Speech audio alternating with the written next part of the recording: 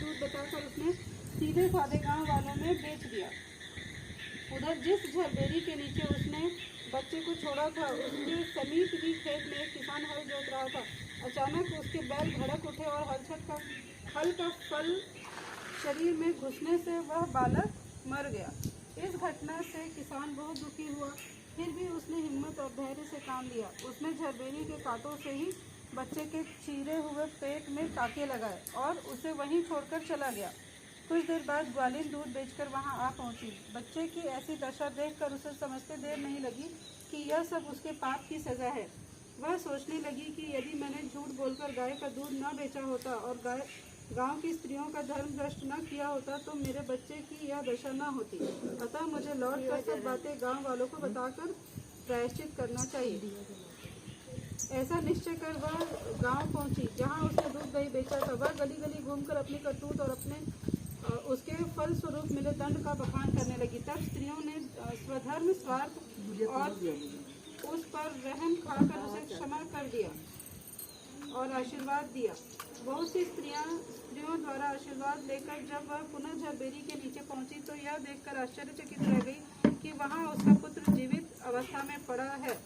तभी उसने स्वार्थ के लिए झूठ बोलने को ब्रह्म हत्या के समान समझा और कभी झूठ न बोलने का प्रण किया।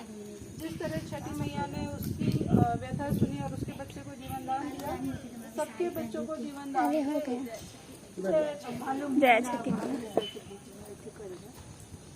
तैयार रहेगा। मैं तो करती नहीं हूँ, लेकिन चाहे कैंप में थी, चाहे वहाँ कॉलोनी में, चाहे यहाँ सुनती हर साल।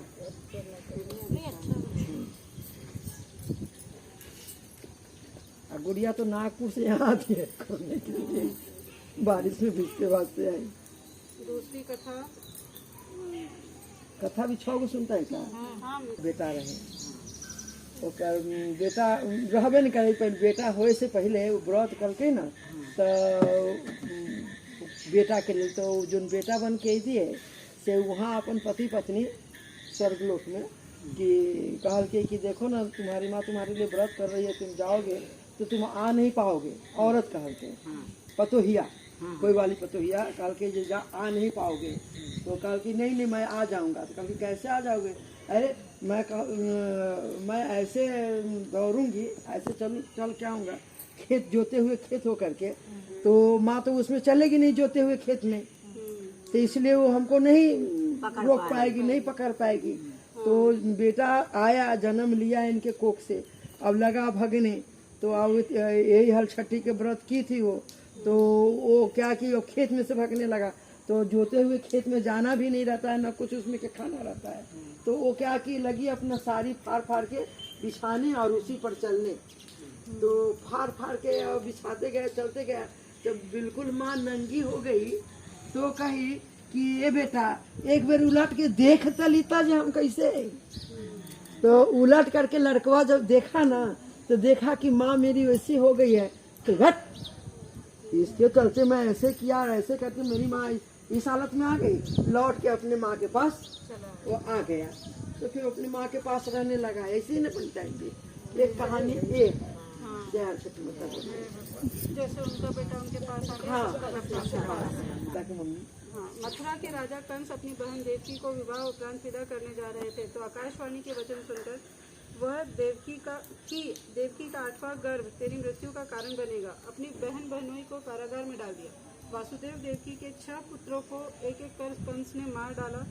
जब 7वें बच्चे के जन्म का समय नजदीक आया तो देवर्षि नारद जी वासुदेव और देवकी से मिलने पहुंचे और उनके दुख का कारण जानकर देवकी को हलषष्ठी देवी व्रत रखने की सलाह दी। देवकी ने नारद जी से यह हलषष्ठी व्रत की महिमा व कथा पूछी तो नारद ने पुरातन कथा कहना प्रारंभ किया कि चंद्रव्रत नाम का एक राजा हुआ करता था, जिनके एक ही पुत्र था। राजा ने राहगीरों के लिए एक तालाब खुदवाया, किंतु उसमें जल न रहा, सूख गया।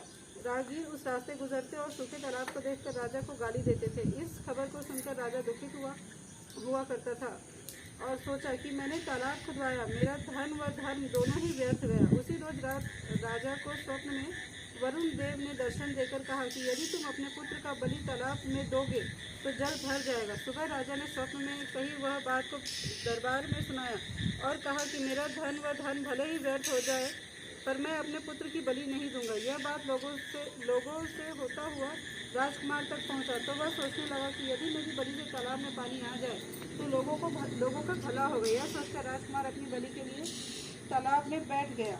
अब वह तालाब से पानी लबालब भर गया। जल के जीव जंतुओं से तालाब परिपूर्ण हो गया। इकलौते पुत्र के बलि हो जाने से राजा दुखी होकर वन को चला गया। वहाँ 5 स्त्रियां व्रत कर रही थी, जिसे देखकर राजा ने पूछा, आप लोग कौन सा व्रत और क्यों कर रही हो? पूछने पर स्त्रियों ने हलषष्ठी व्रत की संपूर्ण विधि विधान बतलाई। उसे सुनकर राजा वापस नगर को आया और अपनी रानी के साथ वो उस व्रत को किया। व्रत के प्रभाव से राजपुत्र तालाब से जीवित बाहर निकल आया। राजा परिवार सहित हलषष्ठी माता की जय जयकार कर सुखपूर्वक निवास करने लगा। जैसे उनका बच्चा वापस आ गया, वैसे सबका बच्चा ठीक ठाक रहे। एक और हाँ, अब नारद जी ने देवकी से हलषष्ठी व्रत की अन्य कथा कहना शुरू किया, जिसके उज्जैन नगरी में 2 सौतन रहती थी। एक का नाम रेवती था तथा दूसरी का नाम मानवती थे। मानवती के 2 पुत्र थे। रेवती अपने सौत के बच्चों को देखकर हमेशा सौतिया डाह से जलती रहती थी और उनके पुत्रों को मारने का जतन ढूंढती रहती थी। एक दिन उन्होंने मानवती को बुलवाकर कहा कि बहन, आज तुम्हारे मायके से कुछ राहगीर मुझसे मिले थे। उन्होंने बताया कि तुम्हारे पिताजी बहुत बीमार हैं और वह तुम्हें देखना चाहते हैं। पिता की बीमारी को सुनकर मानवती दुखी हुई। रेवती कहने लगी कि बहन, तुम शीघ्र अपने पिता से मिलने चली जाओ। तुम्हारे आने तक मैं बच्चों का ध्यान रखूंगी। सौत की बात को सच